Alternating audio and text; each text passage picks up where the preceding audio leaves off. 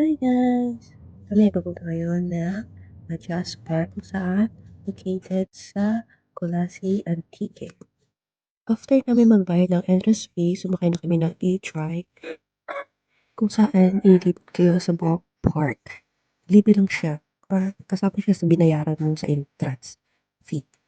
Yung entrance fee is only 350 pesos. Kasama yung lahat-lahat.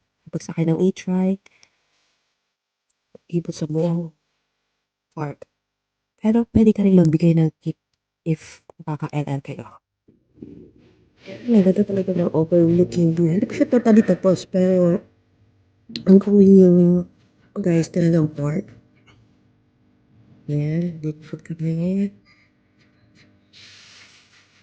Yan, nakita niyo yung kahagat. Nakita talaga ng view.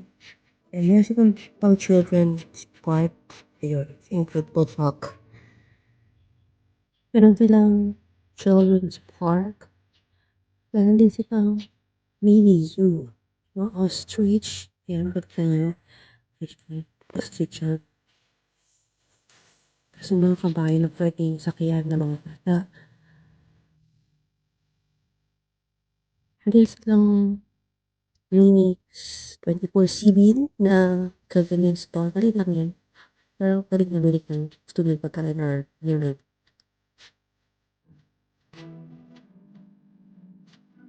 Malapit na tayo sa park na makita mo yung dagat. Ayan. According sa fan ko, mayroon lang ito ay sinan. Kaya mahilig sila sa mga design pang dagat.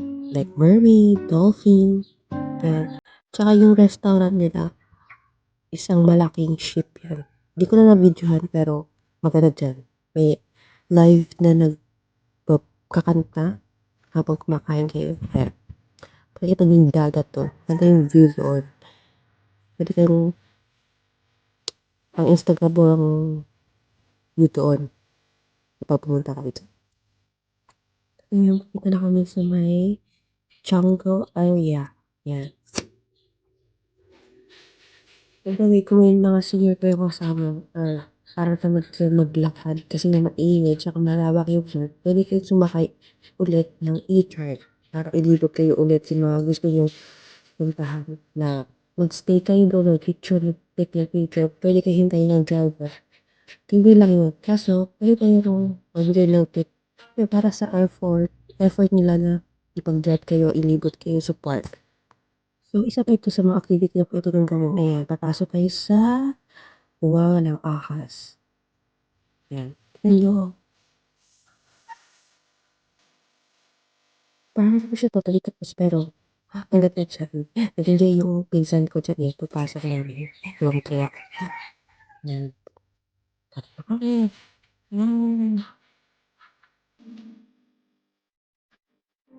Papasok ko dyan parang may sound effects siya na parang matatakot siya. Pero, yeah. Chill. Enjoy kami dyan. Pumunta kami dyan eh. Ayan. Basta, mag-ilog siya. Ayun nga. Natapos niyan, kumain kami. Nagputong na yung tita ko. Tsaka may senior kasi kaming kasama. Kaya kain na. Tsaka hindi kami kasi nag-abusan na pupunta kami dyan. So after namin kumain, ito yung next namin ginawa. Para siyang Venus Grand Canal ng BGC. Pero, antique version. Yan. Tapos masaya ko dyan. May pag-music sila. Yan. Maganda din yan. Relax. Libre yung beach siya. Ito yung sumakay.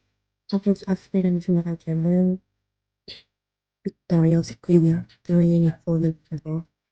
Ayan. Ayun. Ito yung future. So, yun lang. See you sa next travel namin. Bye!